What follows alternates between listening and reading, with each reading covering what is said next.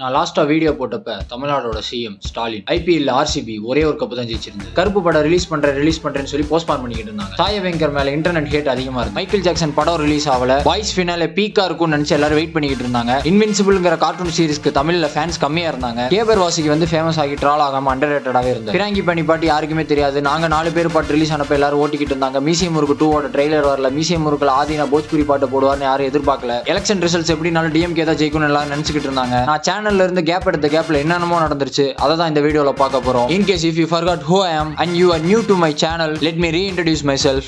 I am So okay, welcome bros, welcome back to new video and it's been 2 months I guess. லாஸ்டா வந்து I quit ன்னு சொல்லி ஒரு video போட்டு போயிருந்தேன். பட் டெக்னிக்கலா I'm not quit ன்னு அதுல சொல்லியிருந்தேன். அதனால இந்த 2 மாச கேப் எதுக்கு, நான் அந்த 2 மாசம் என்ன பண்ணேன் அதை பத்தி எல்லாம் நம்ம இங்க பார்க்க போறது கிடையாது. பட் இதுக்கப்புறம் நம்ம சேனல் என்ன பண்ண போறோங்கிறத வந்துட்டு நான் வீடியோ எண்டுல சொல்றேன். எனக்கு ஏதோ வந்துட்டு ரொம்ப நாள் அப்புறம் ரெக்கார்ட் பண்றதுனால புதுசா இருக்கு. ஏதோ என் வாய்ஸே எனக்கு புதுசா தெரியுது. நான் எப்படி வீடியோ பண்றேன்னு மறந்துட்டேன் நான் ஒத்த. பட் இந்த 2 மாச கேப்ல நான் என் வாழ்க்கையில என்ன நடந்துச்சுன்னு சொல்ல விரும்பல. பட் நம்ம எல்லாரும் வாழ்க்கையில என்ன நடந்ததுங்கிறத நான் ரீகேப்பா சொல்ல போறேன். தமிழ்நாடுன்னு இல்ல, world a parallel universe 2026. That's the title of the video. So okay, let's start. என்ன நடக்குது? நான் வந்து கேப் எடுத்த கேப்ல ஃபர்ஸ்ட் நடந்த விஷயம் என்ன அப்படின்னா எலெக்ஷன்ஸ் 2026. இந்த வருஷம் எலெக்ஷனை வச்சு நான் என்ன முடிவு பண்ணியிருக்கேன் அப்படின்னா எனிதிங் இஸ் பாசிபிள். எனிதிங். அதாவது ஒரு வருஷத்துக்கு முன்னாடி விஜய் அண்ணா வந்து சிஎம் ஆவாருன்னு சொல்லியிருந்தா விஜய் அண்ணாவே நம்பியிருக்க மாட்டாரு. அதாவது அந்த எலெக்ஷன் ரிசல்ட் டே வந்து எப்படி இருந்தது அப்படின்னா நிமிஷத்துக்கு நிமிஷம் ஷாக்கு. நான் வந்து காலையில ஒரு 9:30 எந்திரிச்சிட்டு மேக் ஆன் பண்ணி நியூஸ் சேனல் யூடியூப்ல லைவ் பார்க்கலான்னு போனா டிவிகே லீடிங். என்ன நடக்குது? அப்புறம் சொன்னானுங்க இந்த மாதிரி வந்து 12 மணிக்கு மேல ஒரு கவுண்டிங் வரும், அதுல இறங்கிரும். எப்பயுமே ஸ்டார்டிங்ல இப்படிதான் இருக்கும். நான் சரி okay, I weighted for 12 o'clock. நடக்கல. சரி, அதுக்கப்புறம் ஒருத்தர் சொன்னா 2 மணிக்கு மேல எதனா நடக்கும், அப்படியே குறையும். ஆனா அங்க குறையிற மாதிரி ஒரு அறிகுறி கூட இல்ல. சரி ஓகே, 2 மணி வரைக்கும் நான் வெயிட் பண்ணேன். அதுக்கப்புறம் எதுவும் நடக்கல. நான் கூட கிவ் அப் பண்ணிட்டேன். 5 மணி வரைக்கும் சில பேர் வெயிட் பண்ணி டிவிகே இல்ல டிஎம்கே வரும்னு சொல்லி எல்லாரும் வெயிட் பண்ணிக்கிட்டு இருந்தாங்க. அவங்களுக்கு வந்து மிகப்பெரிய ஹார்ட் பிரேக்கா இருந்தது. சோ அந்த மாதிரி வந்து எனிதிங் இஸ் பாசிபிள்ங்கிற மாதிரி இந்த வருஷம் வந்து டிவிகே வின் பண்ணி விஜய் சிஎம் ஆயிட்டாங்க. கைஸ் லெட் மீ ஹானஸ்ட், நான் என்ன நினைச்சேன் அப்படின்னா டிவிகே வந்து ஒரு ஆப்போசிஷன் பார்ட்டியா வரும், டிஎம்கே வந்து ரூலிங் பார்ட்டியா வரும் தான் என்னுடைய கருத்து கணிப்பு. அண்ட் எல்லா அந்த மோஸ்ட் ஆஃப் த எல்லாரோட கருத்து கணிப்பு இதாக தான் இருந்தது. எனக்கு எப்போ வந்து இந்த இது அப்படியே கம்மியாச்சுன்னா, நான் ஓட்டு போடுறதுக்காக ஊருக்கு போயிருந்தப்போ அங்க யாரை கேட்டாலும் டிவிகே நம்ம எனக்கு ஒன்றும் புரியல. இன்னும் இவனுங்க ஃபர்ஸ்ட் எலெக்ஷன்ல யாரை கேட்டாலும் டிவிகேங்கிறாங்க அப்படின்னு சொல்லிட்டு பார்த்தா அப்போ கூட நான் வந்து கான்ஃபிடென்ட்டா நினைச்சிட்டு இருந்தேன். சரி ஓகே, டிஎம்கே ரூலிங் பார்ட்டி வரும், டிவிகே ஆப்போசிஷன் பார்ட்டி வரும், அதெல்லாம் கிடையாது அப்படின்ட்டு டிவிக்கே ஜெயிச்சிருச்சு. அதாவது இது வந்து நம்ம விஜய் அண்ணாக்கே வந்து ஷாக்கிங்கா தான் இருக்கும். இது என்னதான் வந்து ஸ்டார்டிங்ல ஃபன்னா போனாலும் 2 பார்ட்டி சப்போர்ட்டர்ஸ் வந்து மாத்தி ஆன்லைன்ல சண்டை போட்டுக்கிட்டாலும் இப்போ எப்படி போய்கிட்டு இருக்கு அப்படின்னா டிவிக்கே பத்தி நம்ம ஏதாவது அப்போஸ் பண்ணி பேசினாலே வந்து அவங்களோட பேஜ் போறதாக கேள்விப்பட்டேன். நிறைய பேரோட Insta page, YouTube channel, reel போட்டவங்க, இந்த லெஃப்ட் விங் கண்டென்ட் கிரியேட்டர்ஸ் இவங்களோட பேஜஸ் எல்லாம் போகுதுன்னு கேள்விப்பட்டேன்.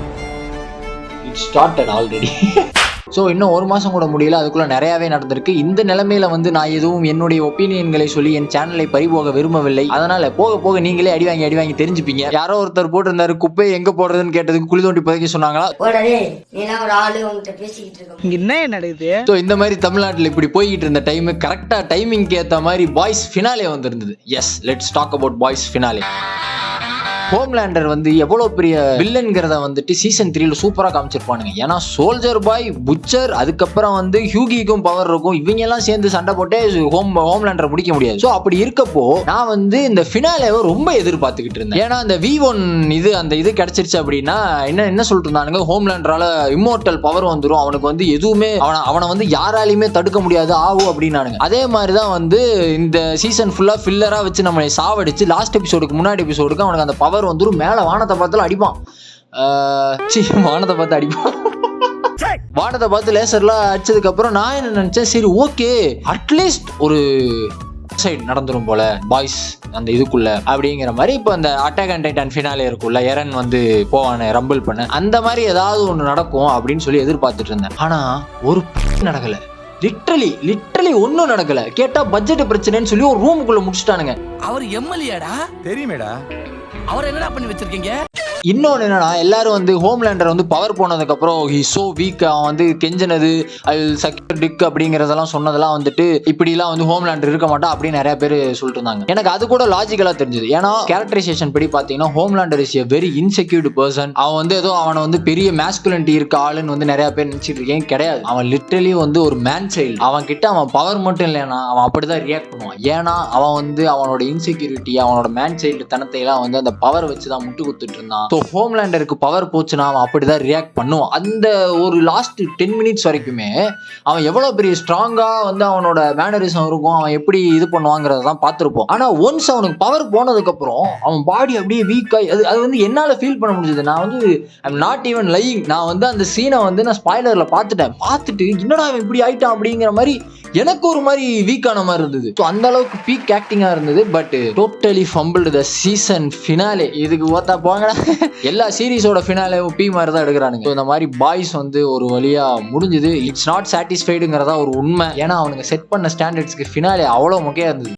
So okay, let's talk about IPL 2026. ஒரு கேப்டன்னா எப்படி இருக்கணும் தெரியுமா? எப்படின்னா ரஜத் பட்டிதர் மாதிரி இருக்கும், ருத்ராஜ் மாதிரி, ஹர்திக் மாதிரி இருக்கக்கூடாது. நான் வந்து பல்தான் உங்க எல்லாருக்குமே தெரியும், ஸ்டோரியில பாத்தீங்கன்னா புலம்பிக்கிட்டே இருந்தேன். நான் வந்து இந்த இடத்துல ஹர்திக்கை பத்தி பேசுறேன் அப்படின்னா, ஹர்திக் எப்படி இந்தியாவில போய் நல்லா ஆடும், அப்ப என்ன பண்ணுவாங்க, என்னை வந்து திட்டுவானுங்க. ஆனா அவன் வந்து எங்களுக்கு மும்பை இந்தியன்ஸ்ல இருந்தப்ப கொடுத்த மென்டல் டார்ச்சரை பத்தி உங்களுக்கு தெரியாது. ஸோ இப்படிதான் வந்து கடந்த 3 வருடங்களா நடந்துகிட்டு இருக்கு. இந்த ஸ்குவாடை வச்சுக்கிட்டு ஒரு டீம் 9வது இடத்துல இருந்திருக்குன்னா இது வந்து யாரோட தப்புன்னு யோசிச்சுக்கோங்க. இது மேனேஜ்மெண்டா இல்ல கேப்டன்சியா இல்ல பிளேயர்ஸ் வந்து எல்லாருமே ஃபார்ம் அவுட்டா எனக்கு அது தெரியல. But one of the problem is Hardik Pandya captain and அவனோட பவுலிங் ரொட்டேஷன். பட் வந்து திலக் வர்மா ஒருத்தன் தான் ஆன் அண்ட் ஆஃப் அப்பப்போ பெர்ஃபார்ம் பண்ணிக்கிட்டு இருந்தா, மத்த எல்லாருமே வந்து ஆஃபா தான் பெர்ஃபார்ம் பண்ணிக்கிட்டு இருந்தாங்க. ஹர்திக் பாண்டியா கேப்டன்சில ஸ்கேம்னா ஸ்கை பேட்டிங்ல ஸ்கேம். இந்த வருஷம் பும்ராக்கு என்ன ஆச்சுன்னு தெரியல, பெருசா விக்கெட்டும் எடுக்கல. ஃபர்ஸ்ட் விக்கெட்டே வந்து ஒரு 3 மேட்ச் அப்புறம் தான் எடுத்தது. இந்த மாதிரி வந்து நிறைய வந்து total fumble for Mumbai Indians. அப்படியே நம்ம பக்கம் சிஎஸ்கே வந்தா, அதாவது நான் வந்து அவனுங்க உள்ள போயிருவாங்களோன்னு பயந்துகிட்டு இருந்தேன். ஏன்னா எங்களுக்கு கம்பெனிக்கு ஆள் இருக்காது. இவங்க எப்படின்னா உள்ள போயிட்டா அடிச்சு பிடிச்சி ஃபைனல் போயிட்டாலுமே எனக்கு தெரியல. பட் ஆனா சிஎஸ்கேக்கும் வந்து கேப்டன்சி தான் பிரச்சனையா இருந்தது. இது சிஎஸ்கே ஃபேன்ஸ்க்கே தெரியும். ஸோ இந்த 2 டீம் அடுத்த வருஷம் வந்து ட்ரேட் பண்ண போறதா பேசிக்கிட்டு இருக்கானுங்க. ஆனா என் ஃப்ரெண்டு ஒருத்தர் சொன்னாரு, சிஎஸ்கே மும்பை ட்ரேடே பண்ண மாட்டாங்க, அவங்க இருக்க ரைவால்ரிக்கு வந்து ட்ரேட் பண்ண மாட்டாங்கன்னு அவரு சொன்னாரு. ஆனா ட்ரேட் பண்ணா ஹர்திக் பாண்டியாவுக்கு தூபேங்கிறானுங்க, அவன் இருந்து காப்பாத்தி நீ ஓடுறங்கிற மாதிரி தான் ட்ரேடே இருக்கு. And let's talk about RCB. It was perfect. Perfect. Everything down to the last minute details. Everyone is perfect. அவனுங்க லைனப்ல ஃபர்ஸ்ட் 6 பேட்ஸ்மேன் எடுத்தாலே அவ்வளவு சூப்பரா பெர்ஃபார்ம் பண்ணிருக்கானுங்க. எல்லாருமே 300 ரன்னுக்கு மேல. அதாவது லாஸ்டா வந்த வெங்கடேஷ் ஐயருமே வந்து 200 ரன்னுக்கு மேல. சோ அந்த ஹோல் டீமே வந்து பாத்தீங்கன்னா 2020ல வந்து மும்பை இந்தியன்ஸ் இருந்த மாதிரி தான் ஒரு ஒன் சைடடா போச்சுல டோர்னமெண்ட். அதே மாதிரி தான் ஆர்சிபி இந்த வருஷம். இன்ன பஞ்சாப் ஸ்டார்டிங்ல நல்லா ஆடிக்கிட்டு அதுக்கப்புறம் வந்து ஹவு டு லோஸ் ட்ராஃபி இன் 10 daysங்கிற மாதிரி லைனா தோத்துட்டான். சோ அதனால வந்து ஆர்சிபி வந்து இந்த வருஷம் ஹோல் ஸ்குவாடே அவ்வளவு சூப்பரா இருந்தது. இன்னதான் நான் வந்து என்னோட first favourite Mumbai, second favourite ஆர்சிபினாலும் ஆர்சிபி கப் ஜெயிச்சதுல எனக்குமே வந்து இந்த வருஷம் ஒரு சாட்டிஸ்ஃபைடான ஒரு விஷயம். பேக் டு பேக் கப் அடிச்சிருக்காங்க because of Rajat Patidar captaincy and அந்த ஹோல் ஸ்குவாடே. பவுலிங்லயும் சரி, பேட்டிங்லயும் சரி, மிடில் ஆர்டர்லயும் சரி, எதுவுமே பண்ண முடியாது, ஒண்ணுமே பண்ண முடியாதுங்கிற மாதிரி தான் ஸ்குவாடே இருந்தது. அண்ட் இன்னொன்னு வந்து சூரியவன்ஷ் ஜஸ்ட் 15-year-old கிட். ஓத்தா ஒருத்தரையும் மதிக்கல, அவன் பும்ராவை மதிக்கல, டாப் பவுலர்ஸ் எவன வேணா கூட்டு அடிக்கிறேன்னு சொல்லிட்டு 15 வயசுல ஹோல் டோர்னமெண்ட்ல இருக்க எல்லா அவார்டையும் வாங்கிட்டு போயிட்டான். அடுத்து இந்தியாவோட கிரிக்கெட் ஃபியூச்சரே வந்து சூரியவன்ஷி தான். கெயிலோட ரெக்கார்டை பிரேக் பண்ணிட்டான். ஆல்மோஸ்ட் விராட் கோலியோட 900 டச் பண்ற அளவுக்கு 780 760 சம்திங் வந்துட்டான். இன்னும் ஒரு 2 மேட்ச் ஆடி இருந்தா முடிஞ்சிருக்கும் போல இருக்கு. சோ அந்த மாதிரி வந்து பட் விராட் வச்ச ஸ்டாண்டர்ட்ஸ் எல்லாம் வந்து டச் பண்றது கஷ்டம். பட் இந்த டைம்ல வந்து சூரியவன்ஷி தான் வந்து டச் பண்ணுவானா எனக்கு ஒரு ஃபீல். சோ அது நம்ம ஃபியூச்சர்ல பார்ப்போம். சோ இந்த மாதிரி வந்து ஐபிஎல் ஸ்டார்டிங்ல கொஞ்சம் நல்லா ஆரம்பிச்சு, நடுவுல கொஞ்சம் டவுன் ஆகி அதுக்கப்புறம் எண்டில் சூப்பரா முடிஞ்சது.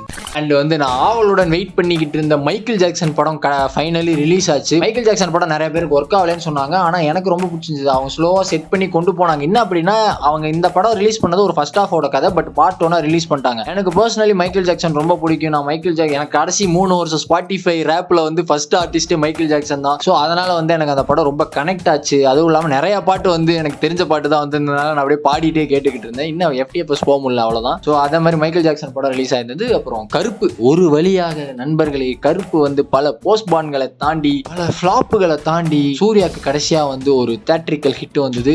அது எனக்கு ரொம்ப ஹாப்பியா இருந்தது. ஏன்னா எனக்கு கருப்பு ஒர்க் ஆச்சு. நான் ஃபர்ஸ்ட் ஷோ ஃபேன் ஷோல போய் பார்த்துட்டேன்னா செம்ம ஜாலியா என்ஜாய் பண்ணி ஸ்டார்டிங்ல இருந்து எண்ட் வரைக்கும் ஒரு மாதிரி செலிப்ரேஷனா இருந்தது. என்னன்னா நண்பர்களே, இன்டர்வல் போர்ஷன் வந்து முடியுது, அந்த குதிரையில இருந்து அப்படியே அந்த பைக்ல இருந்து அப்படியே குதிரையா டிரான்ஸ்ஃபார்ம் ஆகிற சீன் முடிஞ்சு இன்டர்வல் வருது.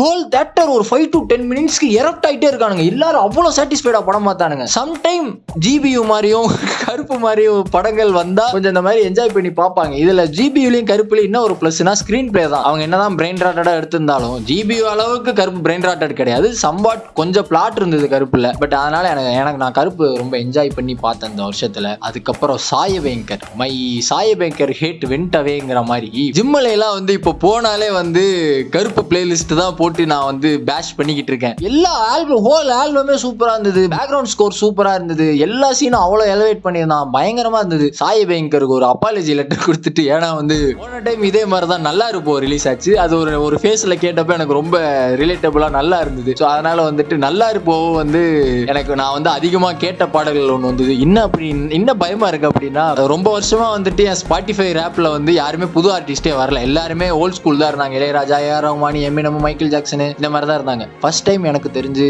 சாயபேங்கர் கருப்பு ஆல்பம்னால உள்ள குதிச்சிருவான்னு.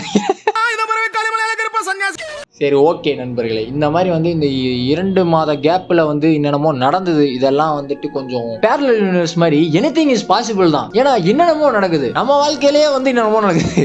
நம்ம வாழ்க்கையை சுத்தி என்னென்னமோ நடக்குது. தமிழ்நாட்டில் என்னென்னமோ நடக்குது. வேர்ல்டு வைடு என்னென்னமோ நடக்குது. நான் வந்து இந்த 2 மாசம் வந்து ஃபன்னான மொமெண்ட்னு கூட சொல்லலை. நிறைய டிராஜிக்கான ஈவெண்ட்ஸும் நிறைய நடந்தது. ஸோ அது நான் வந்து இந்த வீடியோவில் கவர் பண்ணல. பட் வந்து எஸ், எனிதிங் இஸ் பாசிபிள். ஏன்னா என் சேனலே நான் வந்துட்டு மூடிட்டு போலான்ட்டு தான் இருந்தேன். பட் இப்போ நான் வீடியோ போட்டு கூட திடீர்னு 100K அடிக்கிறதுக்கான எல்லா வாய்ப்புகளும் இருக்கு. ஸோ அதனால வந்துட்டு எனிதிங் இஸ் பாசிபிள் அப்படின்னு சொல்லிட்டு சினிமா பேசுற, அரசியல் பேசுற, ஸ்போர்ட்ஸ் பேசுற, உலக கருத்து பேசுற. Want a break from the ads? நான் ஏன் வந்து இந்த 2 மாசம் என்ன பண்றேன் அப்படின்னா, ஆக்சுவலி ஐ ஒர்க்ட் ஆன் ஒரு web series as assistant editor. So அந்த ஒர்க் போய்கிட்டு இருந்தது. அது இல்லாமல் நான் நிறைய ஃப்ரீலான்ஸ் ஒர்க்ஸ் பண்ண ஸ்டார்ட் பண்ணனால அதில் பிஸி ஆகிட்டேன். ப்ளஸ் வந்து எனக்குமே வந்து I'm not like to make videos அந்த ஜோன்ல தான் இருந்தேன். அதனால நான் போடல. இனிமேலும் வந்து எப்படி இருக்க போகுது அப்படின்னா, no more brain rot, no more retention. ரொம்ப ரிட்டென்ஷன் நான் சொல்றேன். ஏன்னா இந்த கண்டென்ட் ஃபார்ம் வந்து எனக்கு சேச்சுரேட் ஆயிடுச்சு. ஆக்சுவலி லைக் என்னோட சேனல் மட்டும் இல்லை, இதே ஃபார்ம்ல இருக்க நிறைய சேனல்ஸ் நான் பார்க்குற சேனலுமே எனக்கு சேச்சுரேட் ஆயிடுச்சு. ஸோ சம்பாட் இதுல இருந்து நான் டிஃபரெண்டா பண்ணும் அப்படின்னு சொல்லிட்டு தான் இந்த கேப் எடுத்து நான் யோசிச்ச கேப்ல தான் லைக் ஓகே, நம்ம வந்து மூவிஸ், சாங்ஸ், அதுக்கப்புறம் வந்து என்னோட இன்ட்ரெஸ்ட் லைக் இந்த மாதிரி நான் கன்சியூம் பண்ற விஷயத்தையே வந்து கண்டென்ட்டா போடலாம். சும்மா வந்து பிரெயின் ராட்டோ, ரியாக்ஷனோ இல்லை வந்து மீம்ஸை வச்சோ மில்க் பண்ணாம இந்த மாதிரி ஏதாவது பண்ணலாங்கிற மாதிரி தான் நான் யோசிச்சிருக்கேன். பார்ப்போம், போக போக நான் இன்னும் 2-3 கண்டென்ட்ஸ்ல எழுதி வச்சிருக்கேன். ஸோ அது வந்து கண்டென்ட்டா இருக்கும். லைக் ரியாக்ஷன் மாதிரி சொல்லலை, பட் கண்டென்ட்டா இருக்கும். அப்பப்போ மேபி சேனலை உயிரோட வச்சுக்கணுங்கிறதுக்காக ரியாக்ஷன் வீடியோஸ் போடலாம். அதே மாதிரி பாட்காஸ்ட் டைப் ஆஃப் வீடியோஸும் போடலான்ட்டு இருக்கேன். ஆல்ரெடி நம்ம சேனல்ல 2 வீடியோ இருக்கும். நானும் மேவோக்கும் பண்ணது, அப்புறம் நானும் காசிஸ் கார்னரும் பண்ணது. அந்த டைப் ஆஃப் வீடியோஸும் பண்ணலான்ட்டு இருக்கேன். அதுக்கப்புறம் ஒரு மந்த்லி ஒன்ஸ் லைவ் ஸ்ட்ரீம் வரலான்ட்டு இருக்கு. அந்த லைவ் ஸ்ட்ரீம்ல நம்ம என்ன வேணா பண்ணலாம். கேம் ஆடலாம், பாட்டு பாடலாம், ஏதாவது விளையாடலாம், அந்த மாதிரி என்ன வேணா பண்ணலாம். அந்த மாதிரி மந்த்லி ஒன்ஸ் ஆர் வீடியோ போட முடியாத டைம்ல இனிமேல் வந்து ரொம்ப எடிட்ல இருக்க போறது கிடையாது. சம்வாட் பிளைனா தான் இருக்க போது. நீங்க ஏன் மூஞ்சியை மட்டும் தான் பார்க்கணும், ஓகேவா? ஸோ அது வந்து கொஞ்சம் கஷ்டமான டாஸ்க், பட் பார்த்து தான் ஆகணும். பிடிச்சி ரிட்டென்ஷன் எடிட்டா எனக்கு பண்ண விருப்பம் இல்லை. ஏன்னா அது எனக்கு சேச்சுரேட் ஆயிடுச்சு. இன்னொன்று எனக்கு ரொம்ப வந்து அது மைண்ட் ஃபக் ஆகுது. அது டைம் கன்சியூமும் ஆகும் இருக்கு. அட் த சேம் டைம் ரொம்ப பார்த்தாயே எதுக்குடா இவ்வளவு போட்டு பண்ணிட்டு அந்த மாதிரி இருக்கு. ஸோ இனிமேல் it's going to be raw and unfiltered because I like it raw. So ரொம்ப அன்ஃபில்டர்லாம் போட முடியாது. ஃபில்டர் பண்ணி தான் போடுவேன்.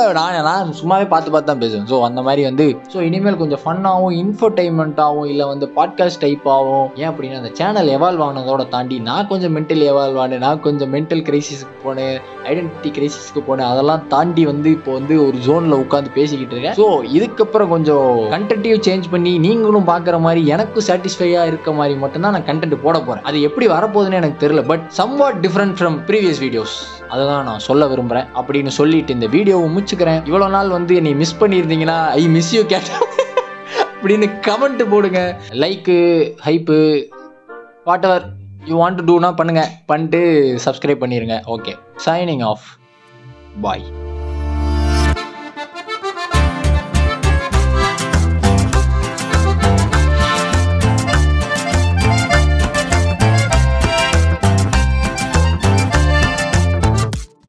இந்த வீடியோ போடாத கேப்ல வந்து ஒரு 50 unsubscribe ஆயிருந்தது. இது வந்து இந்த unsubscribe பண்ணவங்களுக்கு மட்டும். You guys don't deserve me டா. Fuck you.